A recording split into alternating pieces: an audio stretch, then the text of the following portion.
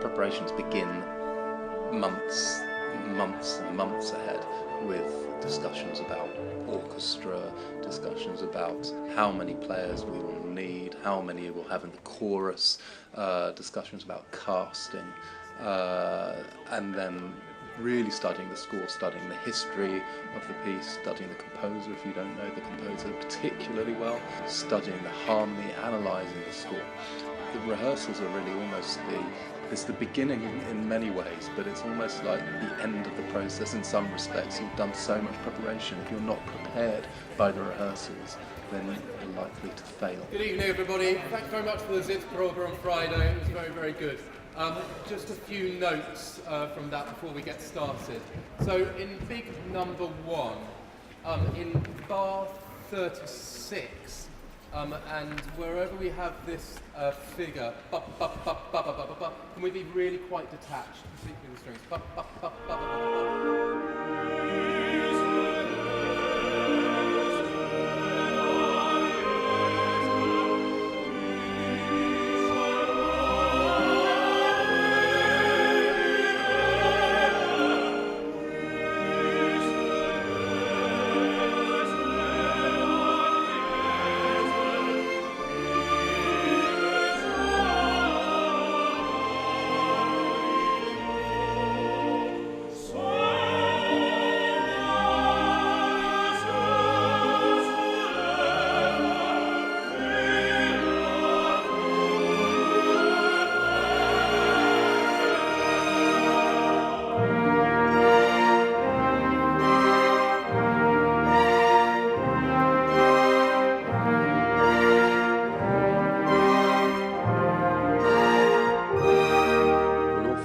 Of a conductor's preparation is silent work, so sitting with the score and analysing everything about the score, harmonic, structure, overall structure, analysing the text for the singers, analysing melodic lines, the architecture of the piece, sitting at a piano, playing the opera through, singing it yourself, singing all the roles so that you know every single part inside out and backwards. I think singing it is incredibly important for the singers when you come to work with them, so that you know, you have a sense of their breathing. Incredibly important to be able to breathe with the singers as you conduct an opera.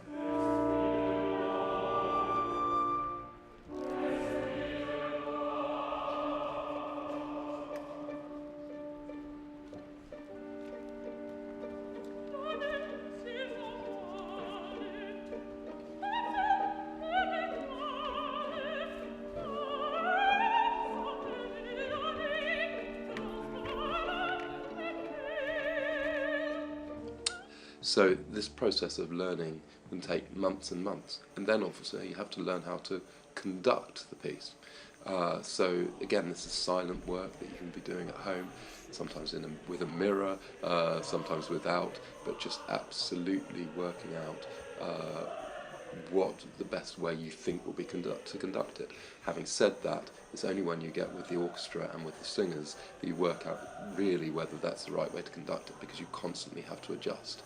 And even in performances, you'll find that one gesture won't give you the desired result. So the next time you'll alter that gesture, and you might find that it works better, or you might find that it works in not such a good way. Conducting is probably the one of the only jobs where you can only learn the job by doing it. So it has to be constant flexibility, despite the fact that you have to really believe in the direction that you want to travel in with the music and with the musicians, and they have to believe in you. You constantly have to be responding and constantly finding new ways of showing people. So we're going to go from bar 135, so the bar before, but you can start. Can I have a D for? You can start as well.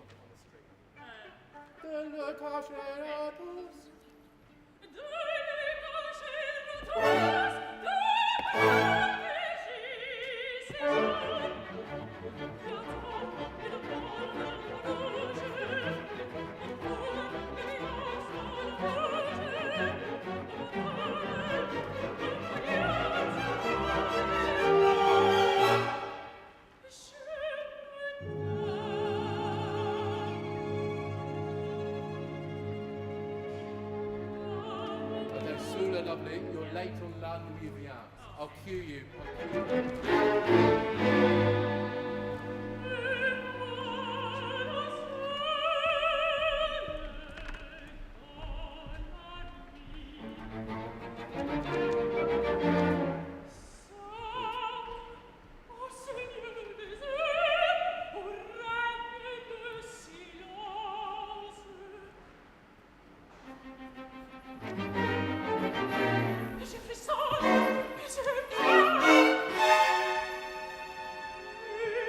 Conducting is an amazing job. It's a privilege to conduct. You get to work with incredibly talented musicians who have worked with incredible conductors and incredible musicians themselves and wonderful singers. But it's an exhilarating job to be a facilitator for these musicians, to facilitate the story, to facilitate character and intention, beautiful and sometimes not beautiful colours from the orchestra depending on what you want. You are literally a conductor of the music, you're a conduit, and it's a real privilege.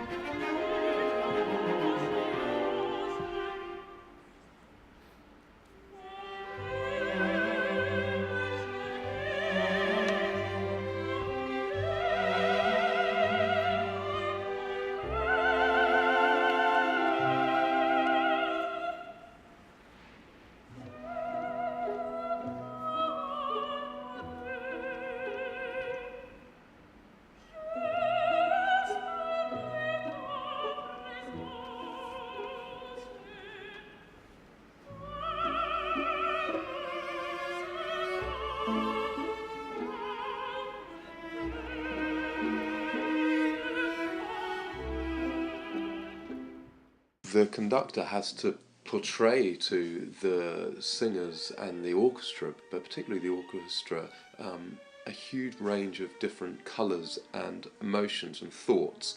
The orchestra won't necessarily know all the intricacies of the plot and the characters' lives, but they still have to represent those characters and their lives and their intentions. Demi-semicolons in these are very evocative.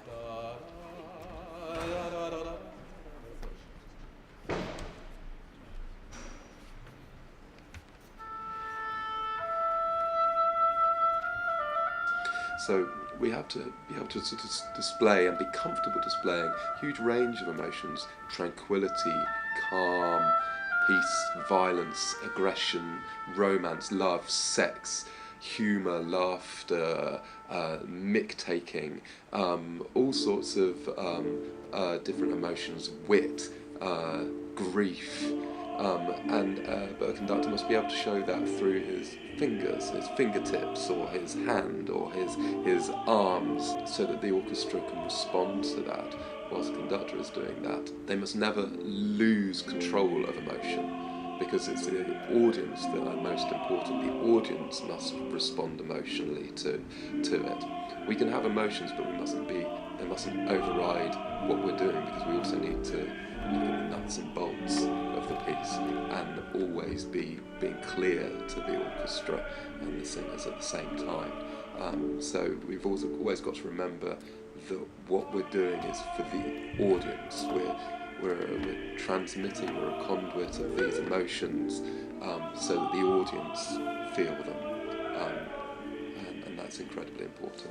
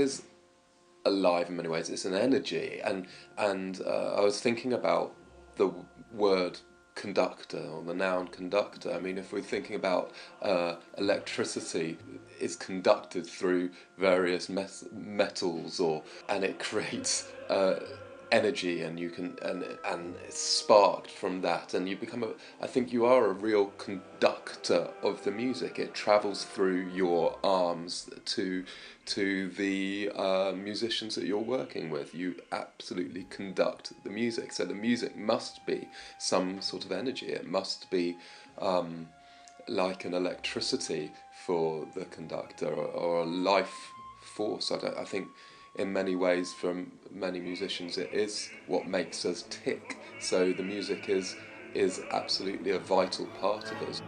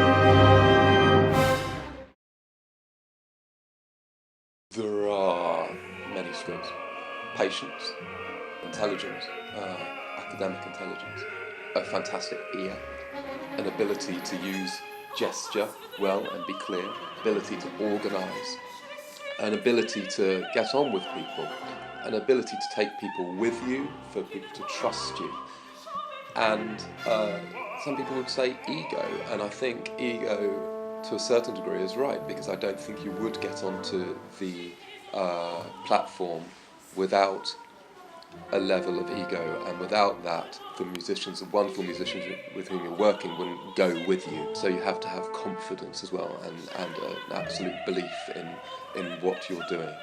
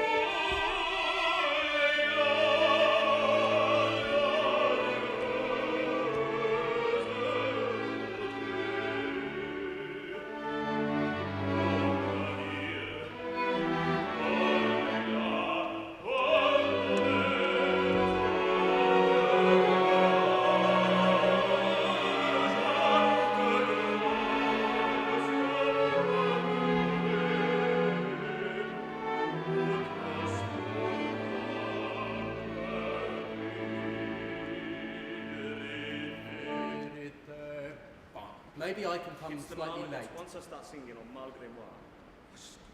Okay. I need Oh, to- right, after that you feel Yeah, a bit rushed. on the actual notes of Malgré Moi, if I'm rushing through that, I'm Malgré Moi!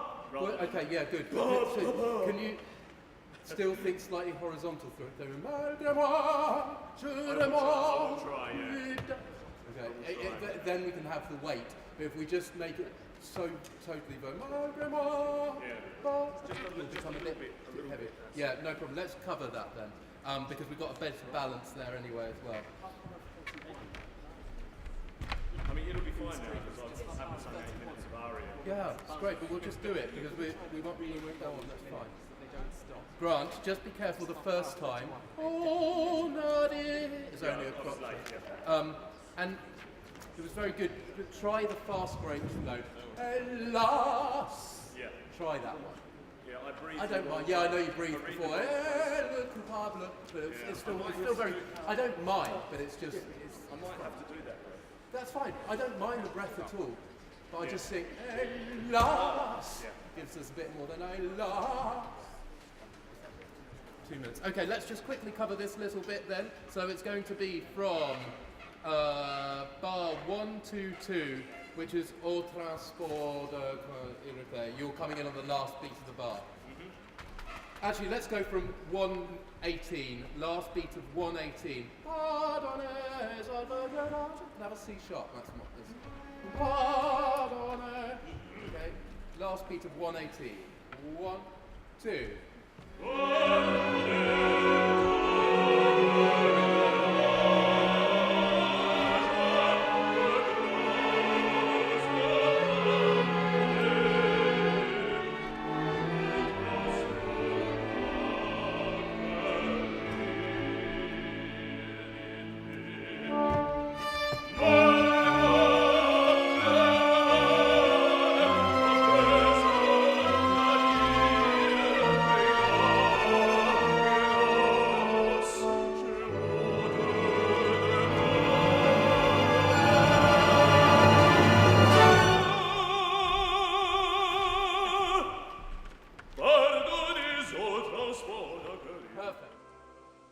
Why do musicians put themselves through this? It's a good question because the career is incredibly tough. You have to be incredibly focused. You have to be very driven. You have to believe in yourself. And you have to take success and you have to take rejection and all sorts. So why do we put ourselves through it? Because since we were kids, we loved music. And the conductor's job, I think, is to reawaken that love of music in every musician that he or she works with. And there isn't any other job that I've done or I can imagine that would give you the same sense of positivity and exhilaration.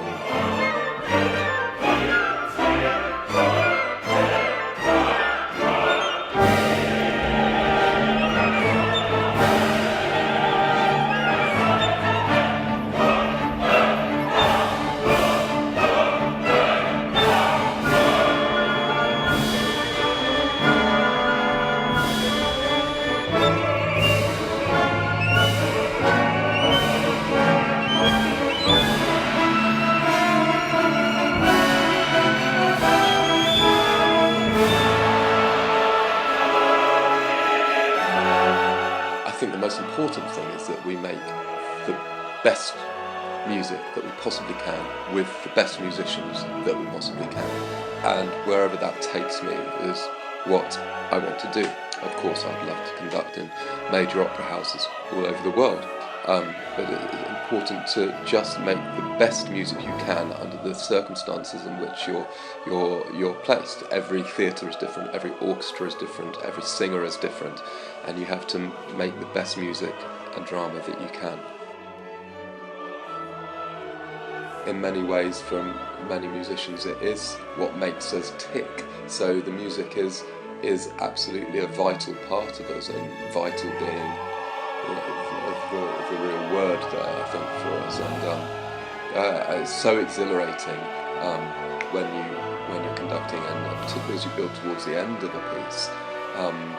in the architecture, often it becomes incredibly exhilarating and like something very alive for a musician.